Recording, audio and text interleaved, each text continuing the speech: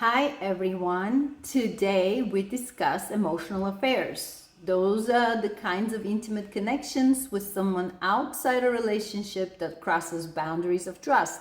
Often they involve emotional closeness, secrecy, and energy that should be directed toward one's own partner. But because the emotional energy goes out to someone else, the other partner feels abandoned, confused, disconnected, and insecure in the relationship. They feel cheated. Here's something interesting. Did you know that if a guy finds out his girl is cheating on him, he asks her, "Did you sleep with him?" But if a woman finds out her guy's cheating on her, she usually wants to know, "Do you love her?" So it's safe to say that emotional affairs hurt both men and women, but women hurt more.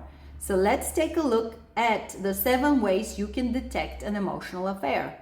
If you're thinking something along the lines of, "I don't know, I feel like something's off with my partner. It's like they're drifting away emotionally, but I don't want to accuse them of anything. What if I'm wrong?" Yep, that's tough. Let's explore what you were noticing. Sometimes people don't realize the signs of an emotional affair until they look at patterns of behavior, the things their partner does on regular basis that create that feeling of drifting away and something being off. For something to be an affair, by definition, it has to have an element of secrecy. If everything is on the open up, then that's just a friendship. But secrecy makes things different. So, number 1, is your partner secretive about a friend? If you're thinking, "There's this one person my partner keeps mentioning, but it's almost like they're trying not to talk about them too much," does that make any sense? It definitely does make sense. If your partner is vague about a friend or avoids details, that could be a sign. Healthy friendships are usually something people are happy to share with their partners. But when there's secrecy, like hiding texts or downplaying interactions, it might suggest they're protecting that connection in a way that might be questionable. Your partner knows it, and he or she knows you'll be upset, but he or she continues to nurture that other connection anyway. Does your partner turn their phone screen away when they get a message? Do they delete messages from this particular person? Are they communicating through DMs on social media? Are they using Snapchat? Yep, Snapchat automatically deletes messages and you can't take screenshots. So the only reason anyone would communicate with someone else via Snapchat is to make sure no evidence exists. Is your partner staring at their phone with a smile, but as soon as you walk into the room, they put the phone down and pretend they're just watching a video or reading something? Is your partner leaving the room to talk to this friend where you can't hear what they say or how they say it? Do they snap the laptop shut as soon as you walk in, making sure you can't see the screen? I get it, you don't want to be paranoid, but secretive conversations and actions that look like secretive conversations could be happening are hard to ignore. 2, does your partner feel emotionally distant? If you feel like you can't reach them emotionally anymore, like they're just somewhere else, that's called emotional withdrawal. Emotional withdrawal is a big red flag that something is happening. When someone starts investing emotionally in another person, they often pull back from their partner, even unintentionally. It's not always malicious. Sometimes they're just wrapped up in their connection with the other person. They don't tell you about their day anymore. They used to all the time. Now it's just one word answers. And yes, it's painful. It's like a wall went up between you.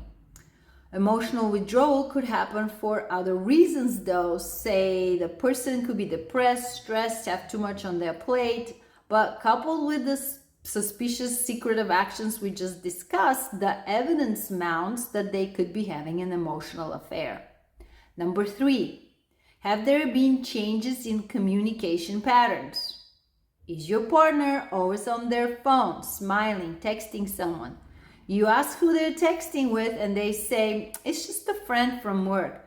But they never used to talk about that person before or this much. Sudden, frequent communication can be telling. If they're sharing more with this person than with you, or their face lights up when they get a message, that's worth paying attention to. Healthy friendships don't compete with the primary relationship. Worse yet, your partner gets defensive if you ask questions, accusing you of accusing them. They're shifting the blame onto you. Defensiveness is often a way of hiding guilt or protecting something they know is inappropriate. Number 4, have you experienced comparisons and criticisms from your partner lately? Like a lot of them. Like they make comments that really sting and make you feel like you're not good enough. They say things like, oh, so and so always handles stress so calmly. Or why can't you be like so and so and work out? Sometimes it's more subtle, like they express a lot of admiration for the other person, they idealize them. So and so is always so on top of everything and they always look amazing. So and so totally gets me. We can have amazing conversations without them getting upset. It's like putting that person on a pedestal while undermining your strengths, and it makes you feel like you're competing for their admiration.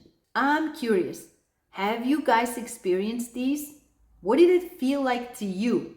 Let me know in the comments. I have 3 more for you, but if you like the info so far, hit the thumbs up and extra points if you subscribe. Much appreciated. Help me grow this channel. Okay, let's go to number 5. Number 5, is your partner dialing up their privacy demands and wanting more than usual autonomy and independence? Are they keeping their phone with them all the time, even in the bathroom? But before, they used to just leave it lying around. Maybe they had no passwords or screen locks before, but now they do and they don't want to share them with you. Are they hiding out from you in another room or sitting in the car in the garage for way too long after they get home from work while either talking on the phone or texting someone? But when you ask, they either give you a vague, short answer like, it's just work, or something like, it's just a friend who needed something. Increased privacy with devices can definitely be a sign. It's one thing to value personal space, but if they're suddenly secretive, it might mean they're hiding messages or interactions they don't want you to see.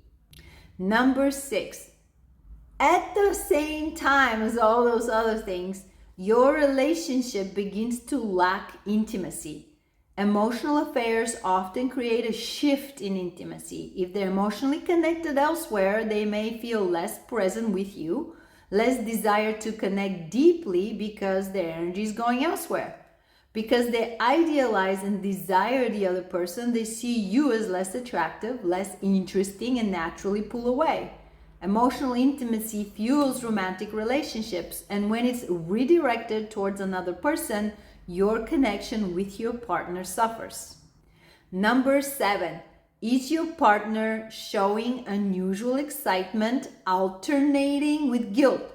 Sometimes the person comes home in such a good mood, almost glowing, but ignores you completely like you don't even exist. Like they're in their own happy world, but shares no details with you. Other times, they're overly sweet and pandering to you, like they're trying to make up for something.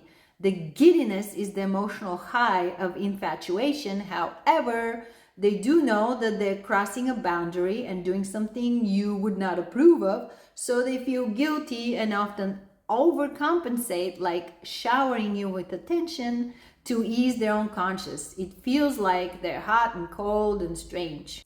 Taking these behaviors in combination suggests there's something deeper going on, even if it's not intentional. Remember, you're looking for patterns of behavior, not one-off, not incidents. How do these patterns make you feel? If you know your partner, you have a pretty good idea of the spectrum of the emotional expression and normal behavior. If something feels off and you observe these behaviors, your intuition may be triggered. An emotional affair is not necessarily the end of your relationship, but it could be if not addressed. I know you're thinking, how do I even bring this up without sounding paranoid or nosy? You might be worried that your partner will lash out, or you may be afraid to lose your partner. Well, you just have to have an honest conversation with your partner to start with. Not to accuse, but to express your feelings and concerns. For example, you could say, I feel disconnected and I've noticed some changes that worry me. Can we talk about it? I am scared to bring it up, but I think we need to. This way, you're letting your partner know that it's important enough for you to bring it up, even though you're scared. You're also modeling openness, honesty, and vulnerability to your partner. It opens the door for sincere conversation. It's also the first step to understanding what is going on. Hopefully, your partner will realize what they're doing. Remember, many people get swept away in the fun feelings and don't think too far ahead of how their actions will affect you and the relationships. Once they are made aware, they change their ways. So watch how your partner reacts. It will tell you if they take you seriously, if they're the kind of person you should be invested in. How they respond to you says a lot about them. Was this video helpful to you? If yes, give me the thumbs up and subscribe for more useful relationship stuff from me. Hit the notification bell so you'll get the next video when I drop it. Thank you for watching, and I'll see you next time.